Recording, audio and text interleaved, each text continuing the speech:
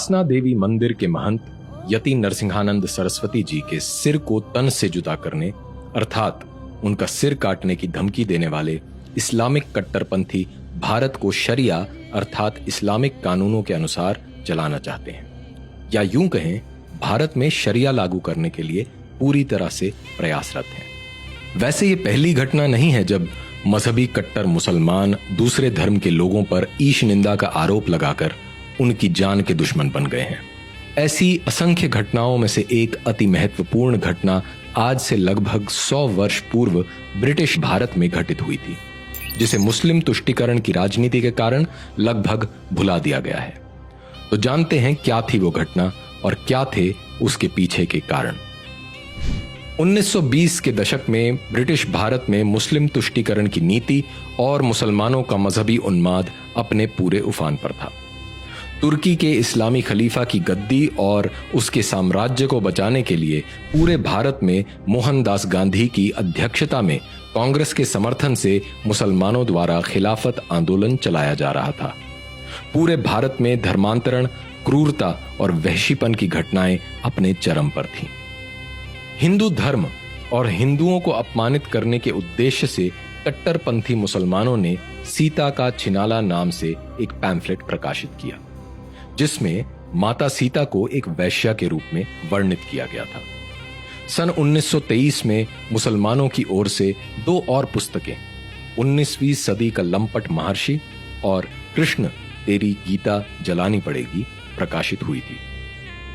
पहली पुस्तक में आर्य समाज के संस्थापक स्वामी दयानंद सरस्वती के लिए आपत्तिजनक एवं घिनौने शब्दों का प्रयोग किया गया था, जबकि दूसरी पुस्तक में श्री कृष्ण के पावन चरित्र पर कीचड़ उछाला गया था। मुसलमानों द्वारा दिन प्रतिदिन हिंदू धर्म, देवी देवताओं और हिंदू महापुरुषों के विषय में आपत्तिजनक बातें लिखना और बोलना एक आम बात हो गई थी। हिंदू विद्वानों को लगा यदि इन घृणित कार्यों का उत्तर नहीं दिया गया तो इससे मुसलमानों का साहस और अधिक बढ़ेगा और हिंदुओं का मनोबल गिरेगा। इसी उद्देश्य से इन पुस्तकों के प्रत्युत्तर में पंजाब में महाशय राजपाल ने सन 1924 में रंगीला रसूल नाम की एक पुस्तक प्रकाशित की थी। इस पुस्तक में इस्लाम के संस्थापक मुहम्मद के विवाह एवं गृहस्थ जीवन का व्यंग्यात्मक शैली में लेकिन प्रमाणों और पूरी सत्यता के साथ वर्णन किया गया था। लंबे समय से हिंदू धर्म के बारे में झूठी एवं उत्तेजक सामग्री प्रकाशित करने वाले मुसलमानों में रंगीला रसूल के प्रकाशन से खलबली मच गई। मुसलमानों ने महाशय राजपाल के खिलाफ आंदोलन छेड़ दिया। महाशय राजपाल पर इस पुस्तक के प्रकाशन पर रोक लगाने और इसके लेखक का नाम बताने के लिए दबाव डाला जाने लगा। मुसलमानों द्वारा महाशय राजपाल को धमकी भरे पत्र भेजे जाने लगे। मस्जिदों से इनके खिलाफ भड़काऊ ऐलान होने लगे और फतवे निकाले जाने लगे। मोहनदास गांधी ने भी अपनी मुस्लिम परस्त नीति के तहत यंग इंडिया में महाशय राजपाल के खिलाफ बड़ा भड़काऊ लेख लिखा। गांधी ने कहा, एक तुच्छ पुस्तक विक्रेता ने कुछ पैसे बनाने के लिए इस्लाम के पैगंबर का अपमान किया है। इस प्रकार की पुस्तक लिखने वालों को मुसलमानों द्वारा स्वयं सजा दी जानी चाहिए। कांग्रेस अध्यक्ष रह चुके मौलाना मोहम्मद अली ने दिल्ली की जामा मस्जिद में एक विशाल सभा को संबोधित करते हुए घोषणा की कि काफिर राजपाल को बख्शा नहीं जाएगा और मुसलमानों को रसूल के लिए जिहाद करना चाहिए। पंजाब सरकार ने भारतीय दंड संहिता की धारा 153A के तहत महाशय राजपाल के खिलाफ तो मामला दर्ज करने का आदेश दे दिया, किंतु हिंदुओं के खिलाफ पुस्तकें प्रकाशित करने वाले मुसलमान अली कासिम के खिलाफ कोई कार्यवाही नहीं की। इसी मजहबी तुष्टीकरण नीति के तहत ही 1927 में भारतीय दंड संहिता अर्थात इंडियन पीनल कोड में सेक्शन 295A जोड़ दिया गया, जिसका उपयोग आज भी कट्टरपंथी मजहबी समुदायों के द्वारा लोगों की आवाज दबाने के लिए समय समय पर किया जाता रहता है। महाशय राजपाल पर यह केस 5 वर्ष तक चला और अंततः हाईकोर्ट में उनकी बेगुनाही साबित हुई। मोहनदास गांधी ने अप्रत्यक्ष रूप से मुसलमानों के मजहबी उन्माद को भड़काते हुए 3 अगस्त 1924 को यंग इंडिया के अपने आर्टिकल में लिखा था, जब किसी व्यक्ति को अदालत से इंसाफ न मिले तो उसे अपने आप इंसाफ करने का प्रयत्न करना चाहिए। इस बीच मुसलमानों द्वारा 3 बार महाशय राजपाल की हत्या करने का प्रयत्न किया गया था। पहला प्रयास 26 सितंबर 1927 को खुदा बख्श ने, दूसरा प्रयास 8 अक्टूबर को अब्दुल अजीज ने किया था। महाशय राजपाल पर तीसरा हमला 1.5 वर्ष बाद 6 अप्रैल 1929 को इल्मुद्दीन नामक मुसलमान ने किया था, जो जानलेवा साबित हुआ। इल्मुद्दीन ने महाशय राजपाल की छाती में छुरा घोंपकर बड़ी बेरहमी से उनकी हत्या कर दी थी। मुसलमानों ने हिंदू हत्यारे इल्मुद्दीन को गाजी की उपाधि दी। उसे एक नायक और सच्चा मुसलमान बताते हुए उसके लिए जिंदाबाद के नारे लगाए गए और मस्जिदों में उसके लिए दुआएं पढ़ी गईं। उसे कानूनी सहायता और उसके परिवार को आर्थिक सहायता देने के लिए देश भर के मुसलमानों ने भारी मात्रा में चंदा इकट्ठा किया। इल्मुद्दीन पर महाशय राजपाल की हत्या का केस चला और उसे फांसी की सजा सुनाई गई।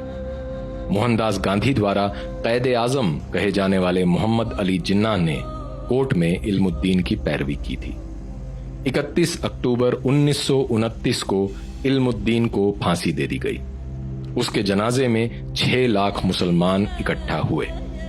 इतना ही नहीं, मोहम्मद इकबाल ने इल्मुद्दीन के जनाजे में उसे कंधा दिया और कहा, असी वेखदे रह गए ऐ तरखाना दा मुंडा बाजी ले गया। अर्थात हम सब देखते ही रह गए और ये बढ़ई का लड़का सारा सवाब ले गया।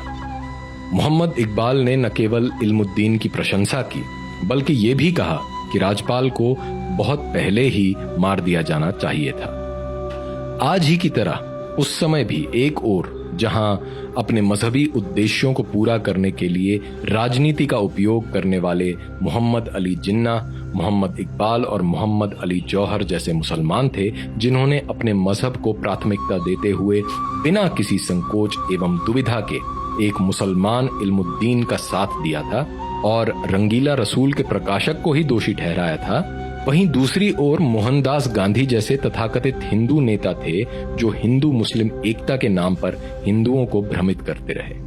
महाशय राजपाल की इस क्रूर हत्या का बदला लेना तो दूर की बात है, हिंदुओं ने तो जहां महाशय राजपाल को लगभग भुला ही दिया है, वहीं मुसलमानों ने इल्मुद्दीन को एक सच्चा मुसलमान दिखाते हुए उसके ऊपर फिल्मों का निर्माण किया और आज भी लाहौर में लाखों मुसलमान इल्मुद्दीन की कब्र पर इकट्ठा होते हैं और दुआएं पढ़ते हैं। महाशय राजपाल एकमात्र ऐसे हिंदू विद्वान नहीं हैं जिन्हें कट्टरपंथी मुसलमानों के हाथों अपना जीवन गंवाना पड़ा हो। स्वामी श्रद्धानंद और नाथूराम शर्मा को भी क्रमशः अब्दुल रशीद और अब्दुल कय्यूम के हाथों अपना जीवन गंवाना पड़ा था। 100 साल बाद भी भारत में कुछ नहीं बदला है। न तो मजहबी कट्टरपन बदला है और न ही नेताओं की तुष्टीकरण की नीति बदली है।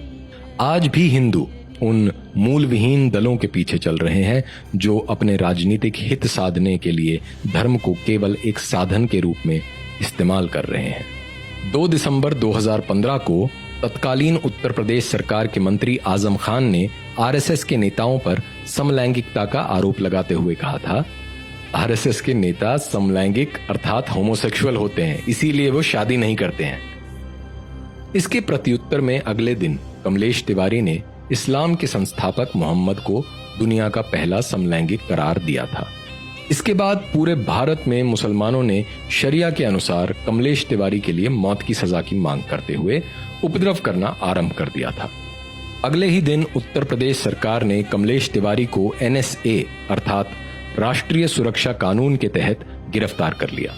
कमलेश तिवारी पर IPC की धारा 153A और 295A के तहत केस चलाया गया और उन्हें कई महीने जेल में रहना पड़ा। अखिल भारत हिंदू महासभा ने पहले ही यह स्पष्ट कर दिया था कि कमलेश तिवारी हिंदू महासभा के एक साधारण कार्यकर्ता हैं और उन्होंने जो कहा है वो उनके निजी विचार हैं, वह हिंदू महासभा का विचार नहीं है। लेकिन संविधान और शरिया का अपनी सुविधा अनुसार उपयोग करने वाले मुसलमान इतने से संतुष्ट नहीं थे। 18 अक्टूबर 2019 को फरीदुद्दीन शेख और अशफाक शेख नामक 2 मुसलमानों ने कमलेश तिवारी की हत्या कर दी। की कसम, हम लोग जो ताकत रखते हैं जब चाहेंगे जिस मंच पर चाहेंगे, जिस मैदान में चाहेंगे, तेरी जुबान को खींच लेंगे। इन मुसलमानों ने कमलेश तिवारी के शरीर में 15 बार छुरा घोंपा, गोली मारी और गला काट दिया। कमलेश तिवारी की इस जघन्य हत्या के बाद भी कोई प्रभावी कदम उठाने की बजाय तथाकथित हिंदूवादी संगठन केवल राजनीतिक बयानबाजी करते रहे। कमलेश तिवारी की इस प्रकार हत्या कोई साधारण हत्या का मामला नहीं था। असल में ये कट्टरपंथी मुसलमानों द्वारा सभी गैर इस्लामिक लोगों को दिया गया एक संदेश था। आज भी आए दिन पूरी दुनिया से इस प्रकार की घटनाएं सामने आती रहती हैं, जिनमें बिना किसी भय के हिंदू देवी देवताओं के बारे में उल्टी सीधी टिप्पणियां की जाती हैं। ऐसी टिप्पणियां करने वालों में इतना साहस इसलिए आता है क्योंकि उन्हें लगता है कि हिंदू समाज और हिंदू उनके विरुद्ध कोई प्रभावी कार्यवाही नहीं करेगा। अगर हिंदू समाज इतिहास से न सीखते हुए अब भी अपने धर्म की रक्षा का उत्तरदायित्व अपने ऊपर न लेकर राजनीतिक दलों और नेताओं की ओर देखता है, तो हिंदू सभ्यता को इसके भयंकर परिणाम भुगतने पड़ेंगे। अपने सुरक्षित एवं सुखद भविष्य के लिए प्रत्येक हिंदू को स्वयं को धर्म रक्षक मानना चाहिए और धर्म रक्षा को अपनी सर्वोच्च प्राथमिकता देनी चाहिए।